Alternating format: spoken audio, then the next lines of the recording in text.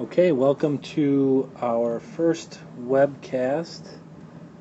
Hopefully this is working, and hopefully it will be a good tool for us to use in this classroom.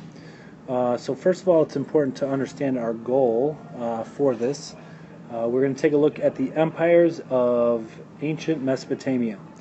Now the purpose is not to get bogged down in the details of each, but to recognize their existence and to know where they came from, and to understand them when we reference them later in the class.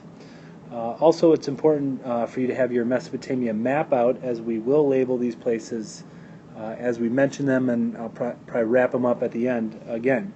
The empires that we will take a look at today are the Akkadians, Babylonians, Hittites, Assyrians, Chaldeans, and finally the Persians briefly.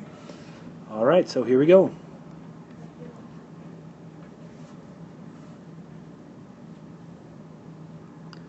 Okay, so here we have the Akkadians, who are going to be the first of the empires. They take over the Sumerian city-states that are right here, but their empire will stretch and expand all the way to here. And this over here is Sargon. He is known for consolidating this very large empire that's going to last about 200 years. And then the next group's going to come in, and they are the Babylonians. They are going to establish their capital at Babylon, of course, and they are going to be led by their one of the most famous of the emperors, and his name is Hammurabi, and he will establish a law code throughout Mesopotamia that people must abide by. We will take a closer look at his law code Friday in class, but it is very strict, and this is where we get the phrase eye for an eye. Okay, so the next group that we're going to talk about are the Hittites. The Hittites come from Asia Minor, which is also referred to as Anatolia, and they are going to start up right up in here, and then they are going to expand. As you can see, they are going to meet up and be in conflict with the Egyptians for some time, but they do actually make it all the way down to Babylon, and they loot the city, but realize that it's going to be too much to control a city like that from so far away. Also, they are one of the first groups, or the first group, to use the chariot in battle. As you can see with the image here, quite a team of people ready to go and fight. So that is one of their first technologies. Another thing they did was they were the first to smelt iron, so they start to bring in that age. To give you a frame of reference, they arrive in Anatolia in about 2000 BC, but make their way to Babylon about the 1600s, and eventually they're going to make a peace treaty with the Egyptians after fighting them for some time. Okay, next up we have the Assyrians, who started up in a place called Nineveh, which is northern Mesopotamia, and they were in a place that was easy to attack. It was exposed, it was flat, and they were attacked all the time. So finally they decided to develop a warlike mentality, and really prided themselves on their military strength and their advanced military organization and their advanced weaponry. So their armor advances a little bit more.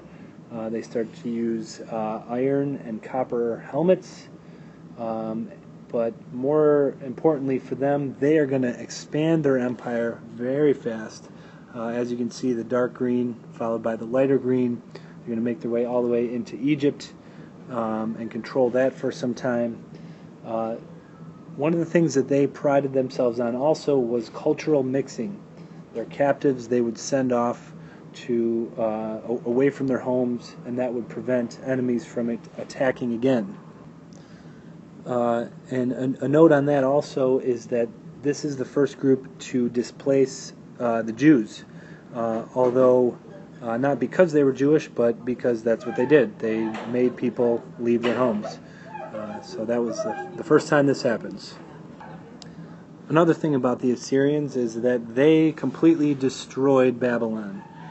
They burnt it to the ground, so here it is down here. And Babylon would get their revenge, so they will come back soon. But that's just how the Assyrians operated as well. They, in terms of getting tribute to their empire, if cities didn't pay tribute, they would simply burn them to the ground. So a very ruthless group, and a group of people that prided themselves on their military strength and power. However, they also were great builders. They built this their capital city of Nineveh, which was quite large for that time. But they also built a library there, one of the first libraries, if not the first, which had over 20,000 clay tablets. That had just about everything there. This is where the Epic of Gilgamesh was found, and we will talk more about that in class. In terms of their downfall, the Assyrians are one of the most hated conquerors in history, so everybody pretty much wanted to take them down. So eventually they became spread too thin, as you can see, the size of their empire, and they were attacked in 612 BC, and Nineveh was then destroyed, which makes way for our next group, the New-Babylonians, or Neo-Babylonians. Okay, so the Neo-Babylonians, also referred to as the Chaldeans, they of course are going to make their capital at Babylon once again, rebuild the city. Nebuchadnezzar, he's going to restore the city and build one of the 7 ancient wonders of the world, the Hanging Gardens, and here they are. So here are the Hanging Gardens, obviously artists' depiction of them. They do not exist anymore. There's only one of the 7 ancient wonders of the world that still is around. I'll let you try to figure out what that is. But the city became beautiful once again, and Nebuchadnezzar also had a 300-foot ziggurat built, was very much into astronomy and astrology. However, this is another group that is going to relocate Jewish people and make them, actually make the prominent Jews live in the city of Babylon, so they could not plan anything to overtake this new empire. And if you were to reference the Bible about Nebuchadnezzar and the Chaldeans, you probably wouldn't read about too many nice things about these people. The next group of people will be viewed in a greater light. So the next group of people are the Persians. They're going to come from this area right here, modern-day Iran, but they are going to come in and take over Babylon and take over the Neo-Babylonian Empire, and the Jews are quite pleased with this because the Persians are going to let them go back to their home and rebuild their temple. But we will talk about the Persians in more depth when we talk about them with the Greeks, because they are going to fight the Greeks as well. Okay, so that about wraps it up. If you still have your map out and you haven't labeled everything, which I'm sure you didn't, we'll just label things together real quickly. You can pause it if you need to catch up, but I'm going to go through it pretty fast here. So regions and cities, we have Anatolia up in here. Again, this is where the Hittites came from, also referred to as Asia Minor, modern-day Turkey. Babylon is a city right there, kind of between the rivers closer to the Euphrates. Okay, we talked about Ur being one of the first cities, which is right about there.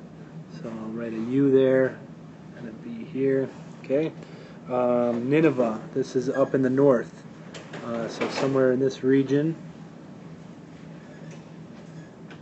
Okay, and we'll label the Egyptian stuff later, so we'll jump over to the waterways. You've got the Persian Gulf here, got the Red Sea here, Mediterranean, Black Sea, Caspian, Tigris, and Euphrates.